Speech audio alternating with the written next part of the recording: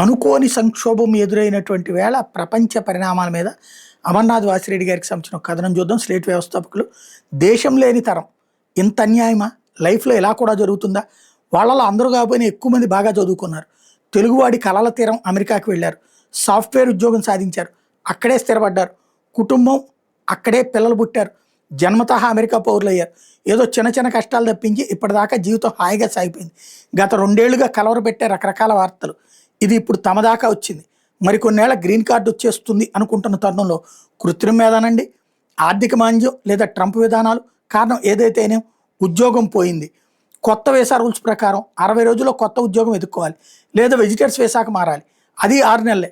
ఉన్న ఉద్యోగాలు ఊడుతుంటే 2 నెలల్లో ఉద్యోగాలు ఎట్లా దొరుకుతాయి?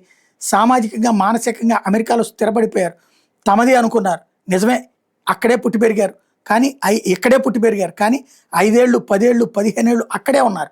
ఇప్పుడు ఇక్కడికి రావడం, ఇక్కడ స్థిరపడడం అంత ఈజీ కాదు. ఇక్కడ సమాజం కూడా మారిపోయింది. మంచి చెడు వాళ్ళు వెళ్ళిన నాటి సమాజం ఇప్పుడు ఇక్కడ లేదు. సరే, పెద్దవాళ్ళు ఎలాగోలో కష్టపడతారు, కానీ పిల్లలు వాళ్ళకి తెలుగు హిందీ సరిగ్గా రాదు. ఇండియాలో మన వాళ్ళు మాట్లాడే ఇంగ్లీష్ కూడా సరిగ్గా అర్థం కాదు. వాళ్ళు మాట్లాడే ఇంగ్లీష్ ఇక్కడ వాళ్ళకి అంత సులభంగా అర్థం కాదు. భాష కాదు కానీ మొత్తం వాతావరణం. 10 ఏళ్లలో పిల్లలైతే కొన్ని నెలల్లో సర్దుకుంటారు, కానీ టీనేజ్ పిల్లలు ఇంపాసిబుల్. రాలేరు, వచ్చినా ఇమ్మలేరు. అదో ప్రపంచం, అవో పద్ధతులు. అవే గొప్ప అని ఎన్నాళ్ళు నమ్మారు, అలాగే పెరిగి పెద్ద అయ్యారు. ఇండియా తమ తల్లిదండ్రులు పుట్టి పెరిగిన ప్రపంచం. వాళ్లే వద్దనుకుని అమెరికాకు వచ్చేసారు. ఇప్పుడు తాము అక్కడికి పోగలమా? ఏదో వింటర్లో నెల ఉండటం వేరు, అక్కడికే వెళ్ళిపోయి ఉండటం వేరు, బతకడం వేరు. Documented dreamers. ఇండియాలో పుట్టి పేరెంట్స్తో అక్కడికి వెళ్ళిన పిల్లలు 21 ఏళ్ల తర్వాత ఈ 2 కేటగిరీల పిల్లలు చేసిన తప్పేంటి? పాపం ఎవరిది? అనుభవించేది ఎవరు? ఒకరో ఇద్దరో కాదు. ఈ సంవత్సరం అమెరికాలో ఇప్పటిదాకా 1,00,000 మందికి పైగా ఉద్యోగాలు పోయాయి. వీళ్ళలో అత్యధిక సంఖ్యలో భారతీయులే. మానవ జాతి చరిత్రలో అతిపెద్ద విషాదం. డిజిటల్ యుగ వలస జీవుల ఆవేదన.